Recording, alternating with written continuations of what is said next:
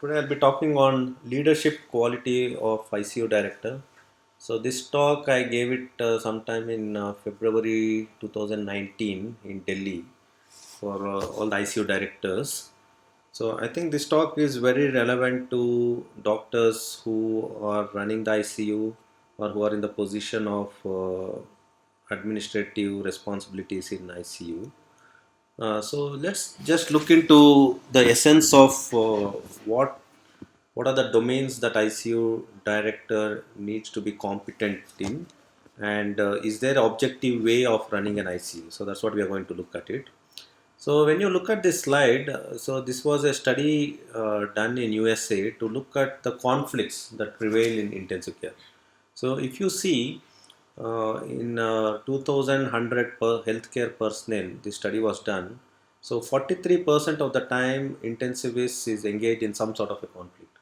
And for nursing also it is about the same surgeon. And if you look at with whom intensivist has had more conflict, you see now they have stratified between a young surgeon and an old surgeon.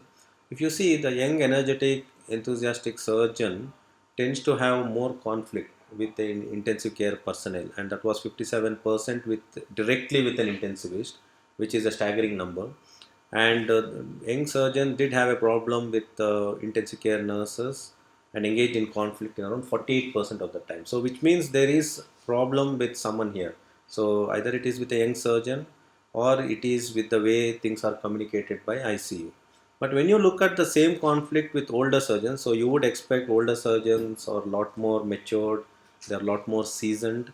So as you see, the conflict is much lesser, 32% with intensivist and 33% with nurses. So which means to say there is definitely some problem that prevails with surgical community, that they do engage in conflict with other department.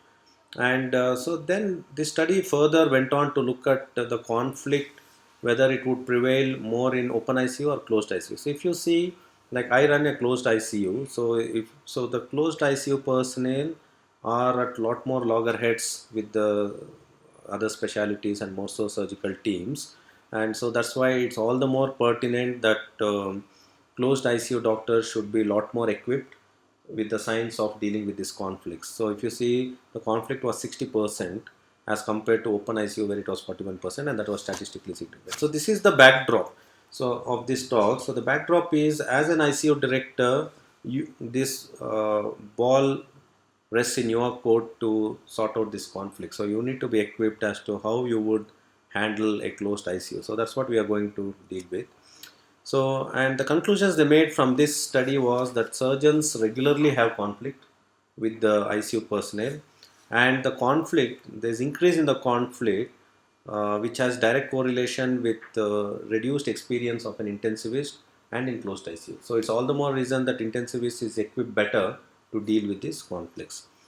So this is so I would be lacing my talk with lot of these anecdotes. So as you see, this is made by some clever person. 10% of conflict is due to difference in opinion. It's only 10%. 90% predominantly it's due to the way things are communicated, due to delivery of tone and delivery of the voice. So I think the decibels go up. I think there is a greater risk of having a conflict situation. And as you see, there's another good anecdote by the Tibetan lamas. So saint was asked, what is anger? So I think the beautiful explanation given was, it is a punishment we give to ourselves for somebody else's mistake. So I think this message should go down with lot more emphasis to an intensivist, because he should realize getting angry is of no use because you're harming yourself for surgeon's mistake or for other specialties mistake. I think this is the position, this is a high moral ground an intensivist should maintain, that if someone is getting angry, there's absolutely no point you getting angry. Just watch, and I think you have to pity them because it is his mistake, and in most of the time, and you get angry, you are only punishing yourself. So that's a good quote to start off. So I think most of my talk, which is obviously an objective, which is obviously an objective essence of conflict. So I think comes from this beautiful paper, Team Science and Intensive Care. So there are four components which an intensivist is associated with. So intensivist obviously is daily dealing with resuscitation, and intensive care director is obviously involved with the rounds of an ICU, and he is in the business of improving quality in the intensive care. So he is the man, or he is the team which puts in place all the quality elements that define intensive care. So, what are the key elements that he need to imbibe? It's mainly the teamwork. I think teamwork remains the essence of intensive care, and the intensive care director is one who encompasses the core essence of team science. And I think this is something you may not have heard, which I would want you to focus on. There's something called transactive memory. So every intensivist should bear in mind what this transactive memory is, which I would talk to you and try to get the core essence of what this transactive memory is. And psychological safety. Okay, so this is also you may not have heard, so we'll deliberate. It's a simple things, but it's just the nomenclature that is given to these elements of good team science in intensive care. And accountability. So these remain the pillars of team science in intensive care, or the leadership sort of a exercise in intensive care. So it's the teamwork, psychological safety, transactive memory, and accountability. So if you look at the whole structure of intensive care, I mean, this is sort of a public health care hierarchy that remains. So you have a joint commission or quality. So we have an ABH which oversees our functioning. Then in public health system, you have Department of Public Health which oversees the functioning of ICU. Then if it is a corporate, like the place where I work, you have board of directors. Then if you are working for government, you have government, and even private, we have insurance agencies. So these are the main domains which govern the functioning of ICU. And then you have these institutional officers, then you have a hospital critical care committee. So your role only starts here, because what you need to understand is you are not the all and end all sort of a domain. So there are people above you who govern you. So that is something which you should always keep in mind. And below you comes all this ICU quality committee. Then you have your nursing directors. Then you have physicians who work under you, trainees under you. Then you have critical care, core critical care team. So which would comprise of, most importantly, bedside nurses, ICU attending personnel, respiratory therapists, nutritionists, pharmacists. And then alongst with this, you are interspersing this whole domains with education, scientific domain, which penetrates all these elements that come under you. So basically, intensive care is dealing with hundreds of orchestrated treatments per patient per day. So intensive care director is overseeing almost more than 100 sort of a different decision making that is happening at any point of time per patient per day. So this is the rough structure of intensive care, and the intensive care director is sitting here. So I think this slide emphasizes on there are people above us. So whatever decisions we are making, we need to bear in mind how it is going to influence people above us also for safe functioning of your department. I think that's the essence of this particular slide. The first thing we'll talk is the team, or the teamwork that he needs to exercise, and that teamwork can be exercised with good leadership style. So, and your leadership ability is to set an ideal example for others to follow your pathway. So, and this leadership quality is something that is needed for your healthcare delivery, for patient bedside care, and for your administrative ability. So I think your leadership skill or ability is needed both for a clinical sort of a application and for administrative usage. So I think that is where so which means your leadership is not only for administration, but even at bedside there is a need for exercising your leadership skills. That's what it means. So, and most importantly, your responsibility. This is an ICU director.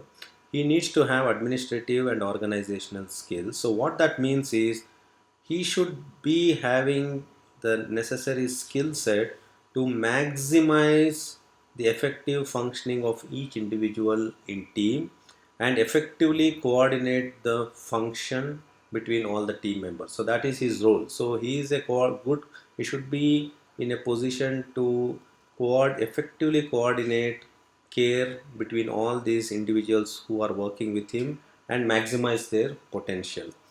And another important feature or character of the ICU director is to feel that every individual in his team is respected and every individual in his team is empowered. I think that empowerment is very important because every individual working should feel that they are empowered to exercise their best skills in the best interest of the patient or any other services that they are offering under your care.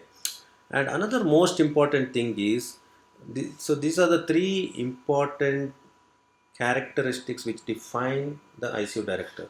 The third most important, first is obviously maximize the potential and coordinate. Second is empowerment of each individual and respect. And the third most important is to create a vision statement or a mission statement. So what is my vision statement in my ICU? Is to deliver the best possible care for our patient to achieve good outcomes, which is ethical and evidence-based medicine. So that focus, that goal, that mission has to be clearly articulated to each team member. So each team member knows, I think that is the priority and that is the goal of ICU. So if you say, God's work is our hands or any other mission statement you have created, and what we need to see, whatever mission statement we define, it is towards getting patient to wellness. Or if patient is not going to recover, allowing him to have a peaceful journey without him having to suffer in pain, distress, and agony. So basically, good practicing good intensive care, where your aim should be to get patient to wellness or allowing him to have a peaceful journey without getting him into a crippled state. I think so this is a sort of vision statement that you could create. I mean, each hospital, a director can create a vision. I think this is the vision example of the vision I have created, where we believe that our intent is to achieve good outcomes and the best possible care for our patients with these endpoints. So there should be some vision statements towards which each member could thrive to achieve. I think that is what it is about. And how do you do this? By constantly coaching each individual, delegating the responsibility, supervising them, and supporting them. So, by encompassing all these features, you would drive each of your individual to achieve this mission or vision or the goal that we have in mind. So, this is the function of ICU director. So, I would suggest that anyone who would be in the role of ICU director, at least encourage you to read this book, Todd Gill's Handbook of Leadership. So, in leadership, there are three to four types of leadership. So, one is autocratic. So, during this talk, I would generally ask the audience as to what you understand by autocratic. So, autocratic is top-down approach or my way or the highway. So, as soon as they look at it, they would think, come on, intensivist or intensive care director should not have this feature. But I think the good thing about intensive care personnel is he encompasses all the different types of leadership qualities and all the different types that are explained in literature are applicable to different clinical instances where we apply. I think that is the beauty of intensive care. So, autocratic, where do we apply this? This leadership is required in emergent life threatening situations. So, the typical example is if you have a patient with cardiac arrest, then I do not have time to take inputs from any of my individuals to determine what the best care. So you need to just give them crisp, short, autocratic commands for all the people in your team to exercise, because there is no time for you to deliberate, discuss evidence-based sort of a approach there. So you take on the leadership role, you tell them these are the steps, blah blah blah, and they need to just follow. So it has to be, or you have a polytrauma situation where you need to do good triaging on triaging, prioritizing care to someone who is dying. So there the intensivist or the intensive care, whoever is the senior most, takes on that leadership role and exercises things that needs to be done without further discussion or deliberation. So autocracy is needed in emergent life threatening situation. Then intensivist needs to incorporate this domain of democratic decision making also. So democratic is consensus driven. So many a times there are clinical situations where there is absolutely no black and white answer or right or wrong answer. So there are areas where you may have to take inputs from the whole team. So the typical example of democratic is Suppose you have a patient whom you would wish to extubate. So there is a discussion between extubation versus tracheostomy. So he may be fulfilling clinically all objective criteria for extubation, but there may be some border gray area or a nebulous area where there is a strong indication, not strong, reasonable indication that he could fail. So there you would take inputs from all your team member and find out what their opinions are. And even you would want to ask a nurse who is there on the bedside, because I'll just give an example. If the whole clinical team who have come in the morning have taken a consensus that yes, we will extubate, then suddenly a nurse tells me that this patient is going to he's had a lot of secretions, and yesterday he had a tube block and he almost had a near arrest. So that would become a problem. So you wouldn't want to you wouldn't want to so you may want to take that into account before even you contemplate on extubating, because that piece of information is very important, where he's had a tube block with a lot of thick secretions, and that may be an indication that you may not want to extubate right now. Or suppose a nurse just comes in and tells you that he's had a severe bronchospasm and they had to crank up the ventilation to 100% with a lot of bronchodilators or anything of that nature. So there you take a consensus and then you make a call. I think that is very important in intensive care. And transactional, I think transactional is where you just make a decision, not necessarily dwelling into the details. So this is a typical example, where you suppose the example I can give is you may have started, so since you're running a closed ICU, so you may have started some antibiotics based on certain assessment that you made.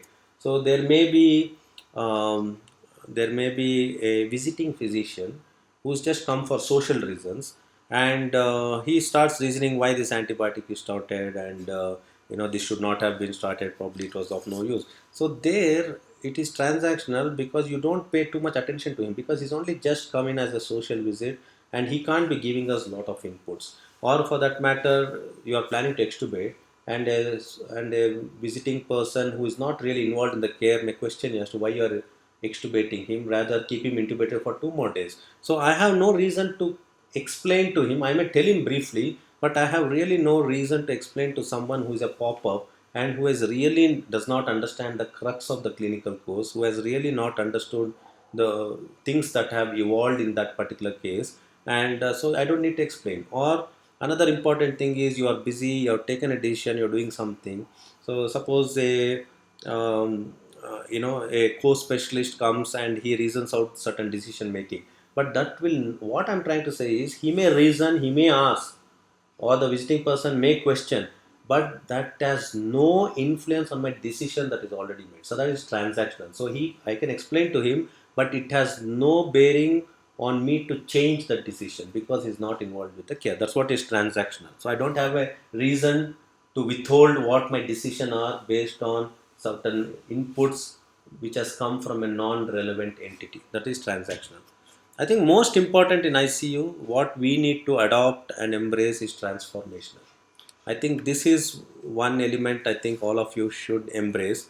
Transformational is where you ask everyone what they would do in that situation, but you being a leader, you being a director, or you being in an authoritative position, have realized that three people are erring on a decision which is contrary to the decision you have made, and you are absolutely sure in your conviction, based on your rich knowledge experience, that what you have made is the right decision.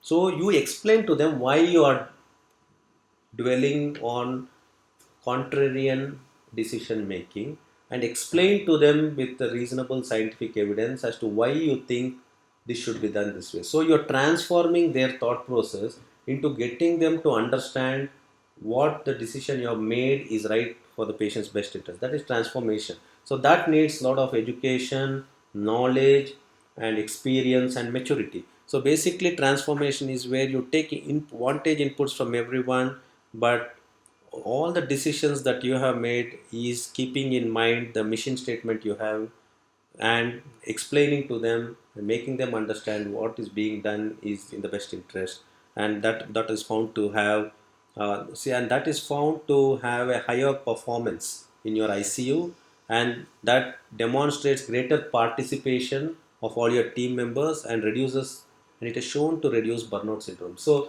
if I'm just working, suppose I'm doing a round and say I'll extubate, then my trainee may ask me, sir, I think why are we extubating, we should not. So I'll say, no, no, just extubate, and I don't talk to him much. I just say, no, no, I think he was ready, and you just walk off.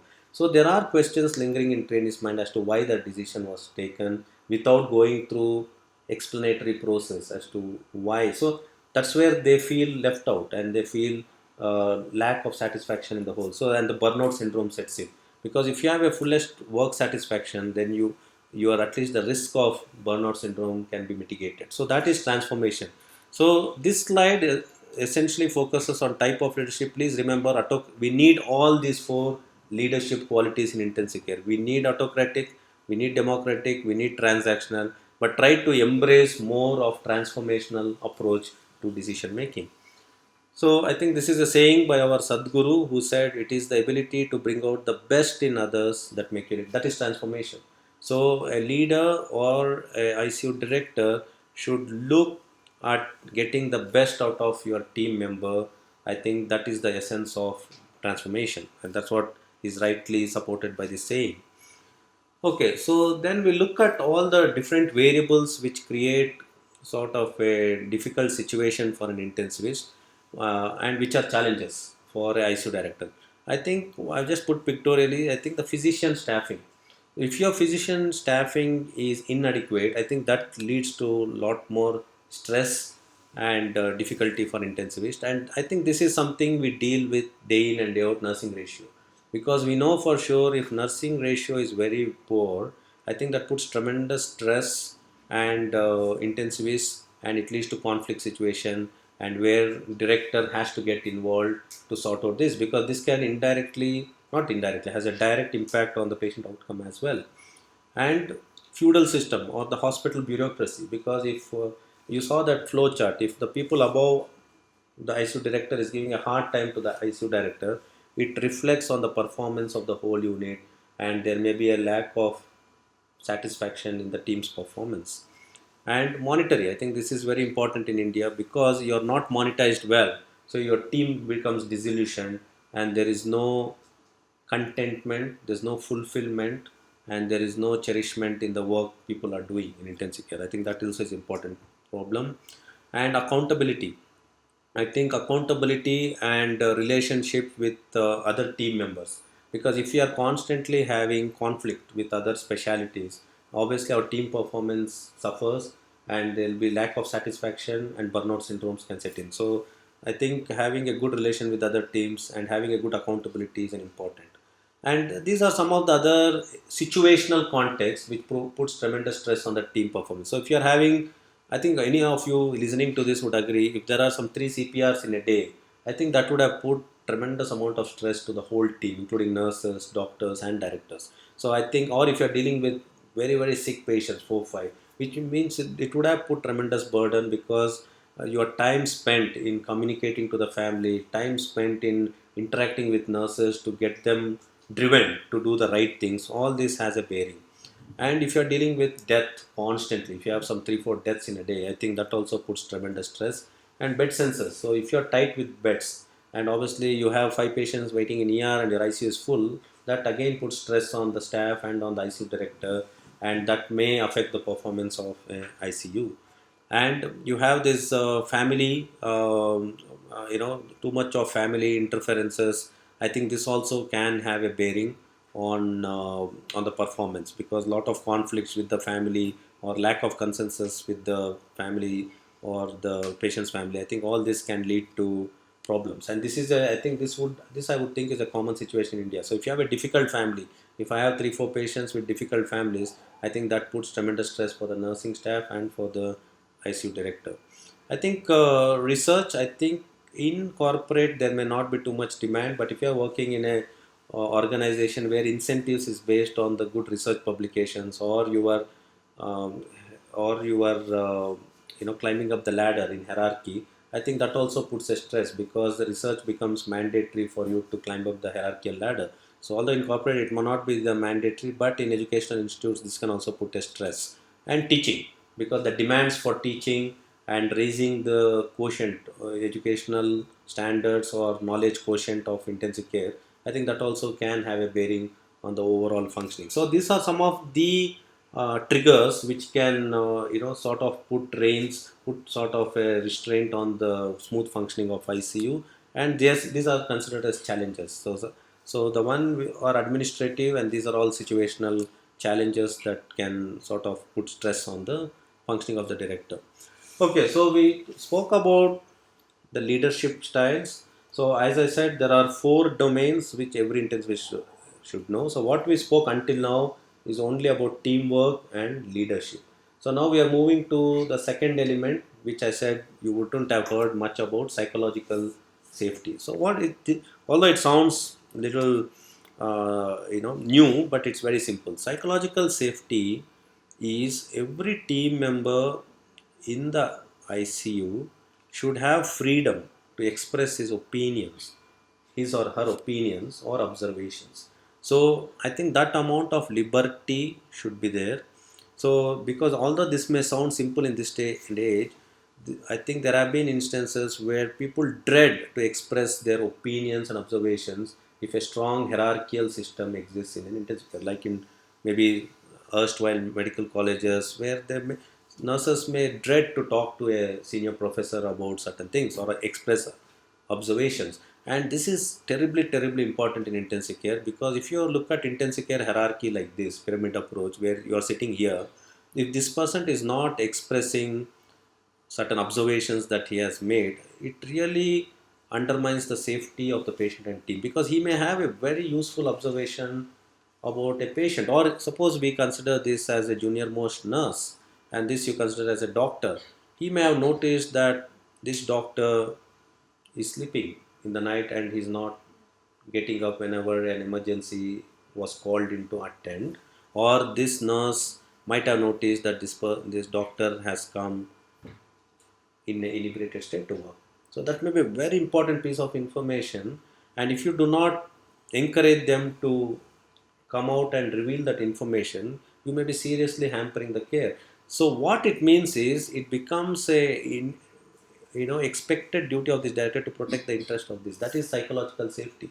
So this lowermost rank person should be absolutely comfortable that by revealing certain thing about another person which may be having a detrimental impact on the patient care, that his interests are safeguarded. I think that is psychological safety. Okay, so that is the function of a director, that he should be in a position to safeguard. And and another important element of psychological safety is to determine certain strengths of the team member and trying to make them as a leader rather than suppressing those skills, because this can be very useful in encouraging other team members to to get better in their skill set, which could be helped by this other person who is more skilled in that area. So the leadership or the psychological safety is to identify certain strengths in one, utilizing it to empower others also becomes sort of a psychological safety, and not suppressing that skill, not impeding that skilled person in expression of this and disseminating of this, also becomes one of the important functionary of ICU director or ICU leader. So, so basically, the strong hierarchical system should be abolished, which means the director should only hear from this rung and not hear from this, not hear from the third rung. So, this whole feudal system or the hierarchical system is something that should be abolished in intensive care, because every input is very important. And this is most important. I think I would still think in the erstwhile, maybe a few decades back, I think stifling is belittling the opinions or observations made. Suppose this particular person has come out and told you, he may have just come and told, sir, that map is mean arterial pressure is 60 and doctors are not acting about it. He may say that. Then you may say, you are a stupid fellow. I think this is a young lady, man. I think that map will be anyway low. You don't understand. So basically, belittling. What the nurse may have felt is a very important piece of information. You have belittled that information, which means there may be something more important later on, which she or he would be very hesitant to come out with next time, because you have already tarnished, or you have sabotage, you have sort of decimated the enthusiasm. So that is stifling. So, stifling is something which should be non-existent in ICU. And what all this leads to is, if you are not taking care of psychological safety, then there will be a lot of missing information in the care of patient. So we know for sure, if the information is missing in the care of the patient, there will be errors in judgment, and there will be errors in decision making that leads to detrimental outcomes in patients. So this is psychological safety. And obviously you have erroneous decision making that increases your morbidity and mortality. So this is a quote: no one has ever made himself great by showing how small someone else is. So please remember this quote, that stifling someone or belittling someone, I don't think it will do any good for a ICU director. So this is a quote you can remember. So, what is psychological safety? I think this is also very important, although it sounds little new, but it's very simple, which you would all be doing. So, what it means is, if you look at a MD physician, his ability to express his thoughts was better than registered nurse, and registered nurse ability to express opinions was better than respiratory therapist, and that was statistically significant in US hospital. So, which means the free expression of opinion happens with doctors more than nurses, and nurses more than maybe respiratory therapists or physiotherapists. So this is how the hierarchy has been working. So psychological safety is again a reiteration of the previous one. So I mean, psychological safety is what we explained, that they should be able to express free opinions and observations, and even it is mentioned that it is a quality initiative. It is a quality indicator that you should protect this integrity of psychological safety and try to hear and solve all the questions or queries that people may have in mind. Otherwise you will never be able to gain their confidence. And another important thing in psychological safety, which is reiterated, is once you have identified a champ in your hospital, or a skill set, or anything, any simple sort of a positive outcome that you have achieved by encouraging certain opinions or observation of your core team member, it is mentioned that it needs to be broadcasted to everyone. So what it means is, I'll give an example.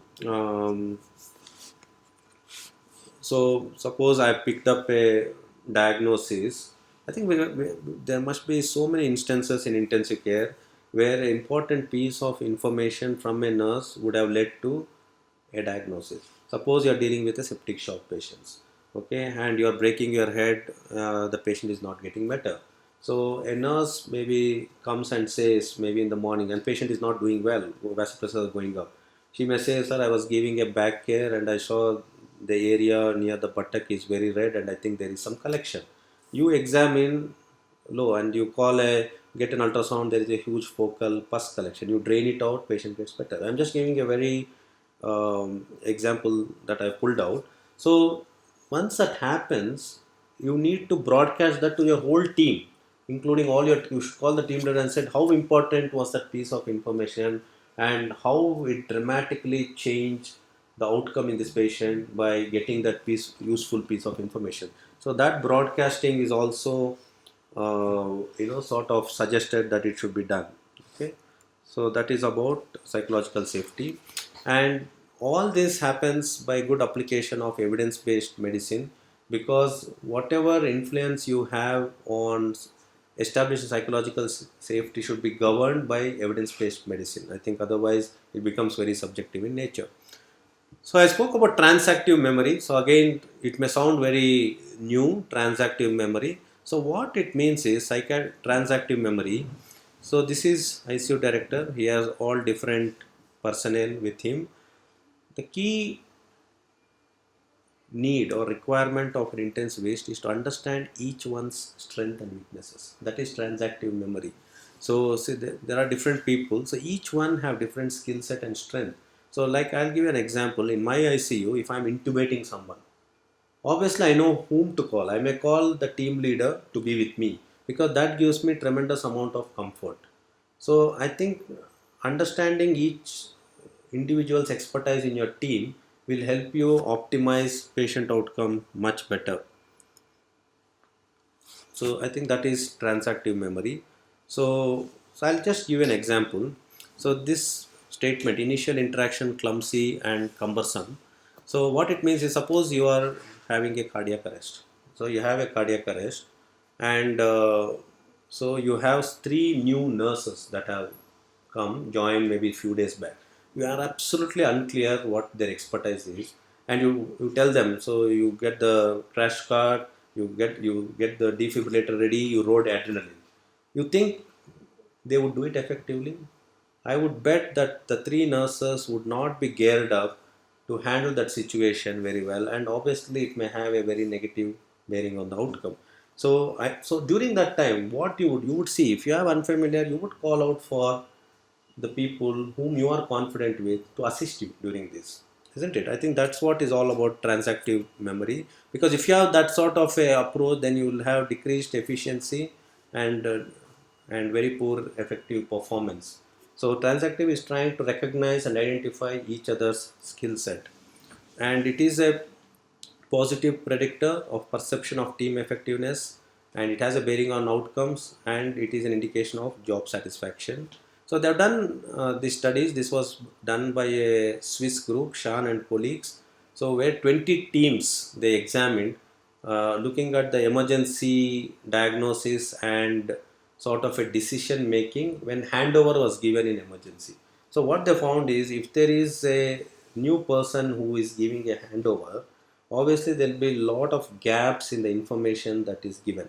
But if you are already connected to an individual who has been there for a long time, and you have connected to the sort of a narrative that you derive from him, and you are a lot more confident in exercising good decisions because of comfort level in understanding the effectiveness of that handover. So that makes sense, isn't it? In emergency, if you're getting a handover from a new person, there will be gaps in certain information. That's what they identified. And Husnicker and colleagues, again, this example I already cited, they looked at 50 teams where CPR was done. So, and they starkly found that CPR done with an unfamiliar people led to bad outcomes than when CPR was conducted with a familiar team, each one realizing each other's expertise and strength. I think that is what it was proven in these two studies. So you have to look into this quote by Chanakya. So lessons in life will be repeated until they are learned. So you need to constantly repeat certain exercises with familiar people to have a better outcomes than with a newer individual.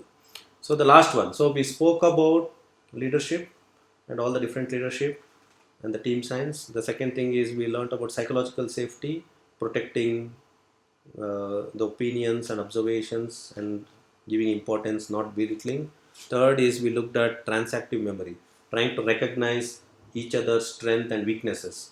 The fourth one is accountability. So I think if you read these statements, so this was statement from another literature, perhaps most concerning is the response from nurses in participating hospitals when asked, if a new nurse in your hospital saw a senior physician placing a catheter but not complying with the checklist, would the nurse speak up? The answer is almost always there's no way the nurse would speak up. So I think this attitude has to change, because in intensive care, the feudal system or hierarchical system does not exist, and each one becomes accountable. So accountability should percolate to at every step. I think that is what this says. I think it is again reiterated with this quote: for most people, blaming others is a subconscious mechanism for avoiding accountability. I think this is the common thing we do. Suppose there's increased infections in the ICU, we would say nursing ratio is not good, it's a nurse's problem, or we would blame it. Rather, we should look at ourselves. Maybe the problem lies with us, that we may not be doing good hand washing, and maybe one of the nurse has observed that you are not even doing hand washing before touching the patient. That may be the cause. So that's what this quote really endorses, that in reality, the only thing in your way is you. So I think the most corrections should happen from within us, and we need to look as to what corrections need to made from within before we point out to others, and we should look into our conscience before we point out to others as possible accountable reasons that may be causing bad outcomes. So, and what are the factors affecting team performance? I think Gumera and colleagues, they looked at feedback mechanisms.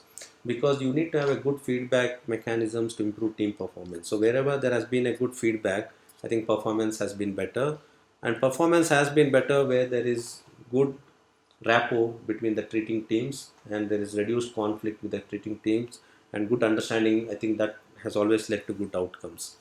So the recommendations made from this group was include formal education. So what we are doing is a formal education as to how teams should function and build strong critical care teams. So having a good ICU team, having a good set of ICU doctors, ICU nurses, and where constant education is happening, where you are reiterating these principles of team science, I think what indirectly or directly it leads to is enhanced patient benefit. I think that is something you need to keep in mind. And always collect data on critical care teams as to how the team is performing. So that remains the summary. So I would end my talk. So leadership is not about power, it is about responsibility. So you being responsible for all the things that happen in the unit is what makes you leader rather than pointing out to various deficiencies in your team. So thank you very much.